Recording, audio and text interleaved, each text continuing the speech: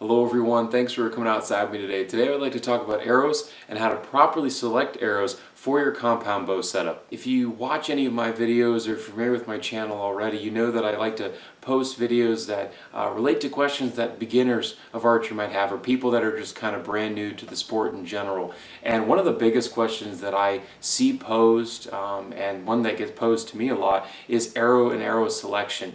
There are just so many options on the market today, and I would like to kind of help you narrow down your choices and make the best choice for your setup. I have a small background shooting competitive archery, and so I've shot a lot of different styles of shafts for a lot of different reasons over the course of my time being in the sport. Most of my time now is spent with just carbon shafts, and just run-of-the-mill carbon shafts, if you will. Something that, you know, your normal everyday average archer would shoot. Doesn't mean that you can't take these shafts and go shoot 3D tournaments or go shoot paper tournaments locally if you want. There's no problem with that. But I do want to talk about why these shafts are selected the way they are, and why we shoot them out of certain compound bow setups and don't shoot them out of others. So when it comes to arrow selection, there are a couple factors you have to consider before you start buying your arrows for your setup. Number one setup is the draw length of your bow. I shoot a 30-inch draw length, so I try to keep my arrows at 30 inches and longer. Most people try to keep it somewhere around 1 inch below or 1 inch over the overall draw length. So like mine, 30 inches, I either shoot a 29-inch shaft up to a 31-inch shaft. The second thing to consider is the draw weight of your bow. I shoot my bows at around 65 pounds, so that affects the stiffness or spine that my arrows need to be. And speaking of spine, let's talk about that. I have a 500 spine with this pink guy right here, 400 spine, 340 spine, and then this green and white guy over here, this Easton Axis, is a 300 spine. Spine simply refers to the amount of deflection or flex or bend that an arrow has. Calculating spine deflection or flex of the arrow shaft is completely universal across all brands and all different makes and models of carbon and aluminum shafts. However, how that number is presented does vary from brand to brand, and that's working it a little bit tricky, and particularly if you're new to the sport. Certain companies like Gold Tip and Carbon Express will label their arrows according to a poundage range for a bow setup. For example, this one right here and the pink guy right here are labeled 30-50 for this pink one and 55-75 for this guy in the middle.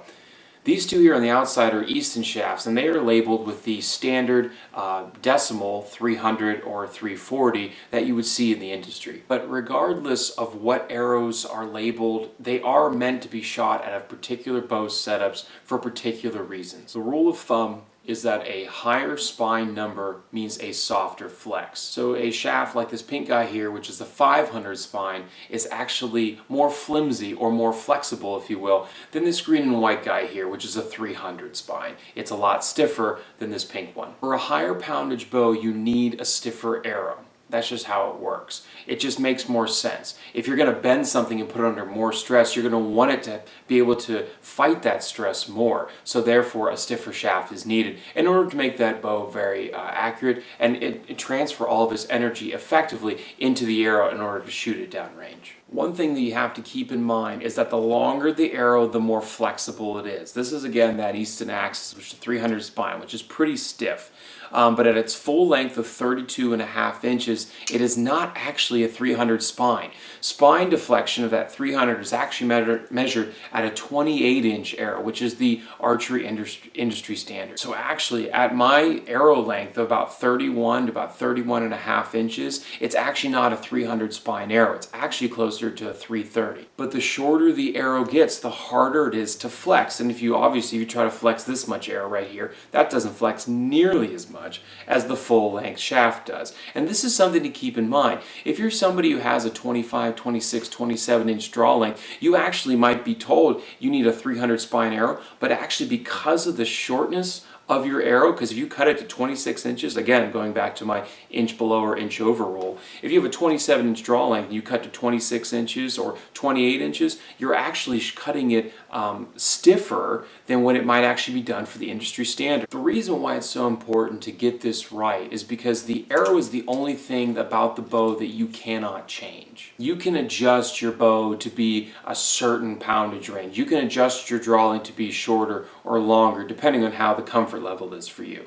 But once the arrow is cut and glued, you're toast. I mean, that's it. That's where the arrow is, and it's not going to change. It's going to be whatever stiffness it is. It's going to be whatever length it is. You can't make it shorter or longer or softer or stiffer in spine. So starting off first by buying an arrow or a set of arrows that's meant for your draw weight, that's meant for your draw length, that's meant for your shooting style is actually almost more important than setting up your bow. Because if you're shooting an arrow that's too weak or too stiff, your bow won't shoot accurately as it should, and it won't be as effective as it should. So you might be the best archer in the world and have the steadiest hand and the smoothest pull, but if you are shooting an arrow that's not made for your setup, it's not going to be accurate, and you're going to be really frustrated with it. So go online and look at the charts. Easton makes a great one, and so does Gold Tip. Know your draw length, know your bow's poundage, or roughly about there, and see where you need to be in terms of a spine length and where you should be in terms of an arrow length as well. Like I said, a good rule of thumb is that inch below and an inch over. I like to stick on the longer end, and the reason is if you're going to go hunting, you're going to shoot a broadhead, you really don't want the broadhead when you draw your bow back, you really don't want the broadhead to be behind your hand that holds the bow, which it could be the case if you cut that inch short. I like it to be out in front of the riser. In particular, if you shoot a larger fixed blade broadhead, that could be a problem. It's not very common with today's more modern compound bows, but it's just something you just want to avoid. So I always like to try to go the inch over rule. So look at the charts, know what you need, and really then the options are just almost endless. It's hard today to go with a bad arrow company that's a reputable company, like I said, like Easton, Gold Tip, Carbon Express, Beeman, which is made by Easton. They're just all really good arrows. They're really good stuff, and they stand by their product as a company. If you have any questions, post them in the comments section below. I try to get back to everybody. I think I do a pretty fair job of it, so I'm always willing to answer questions about arrows, about bows, about hunting setups, whatever you have. I'll try to be here as a resource for you. So I hope you'll be able to make a more informed decision about buying arrows. If this is your first time, your 15th time, I hope you're able to get out and enjoy the sport of archery, enjoy the sport of archery hunting if you so wish, enjoy God's beautiful creation, and we'll get to see you next time.